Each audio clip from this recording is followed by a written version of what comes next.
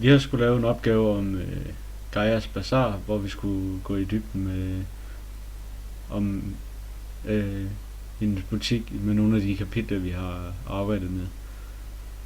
Til at starte med har jeg valgt kapitel 2, forbrugernes behov og købemotiver. Og i Gaias Bazaar kan man, eller bliver det fysiske behov dækket, fordi hun sælger fødevarer, som man har brug for i det fysiske behov. Og i Gaias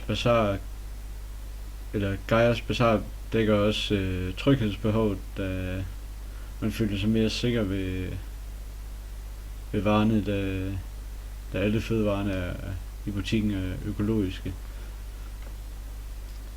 Gaias Bazaar dækker også det sociale behov, da man kan føle sig, at man bliver accepteret ved at købe helseprodukter og økologiske fødevarer.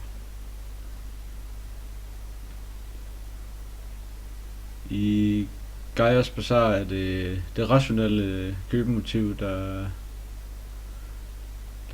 dækker behovene, fordi det oftest er personer, der har gjort sig gode overvejelser om købet af helseprodukter.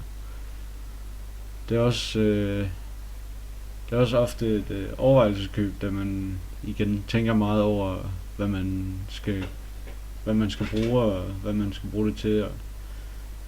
Og der er selvfølgelig også impulskøb, der også kan komme folk ud fra gaden og kan se butikken og komme ind, og så kan det være, at de finder noget, de skal bruge. Som nummer 2 har jeg taget kapitel 18, Promotion. Og med det mener jeg, at hun kunne godt have brugt flere penge på markedsføring og bruge lidt andet end bare lige lokalavisen en gang i måneden med at reklamere for sin butik. Og så skulle hun nok have været lidt tidligere ude, og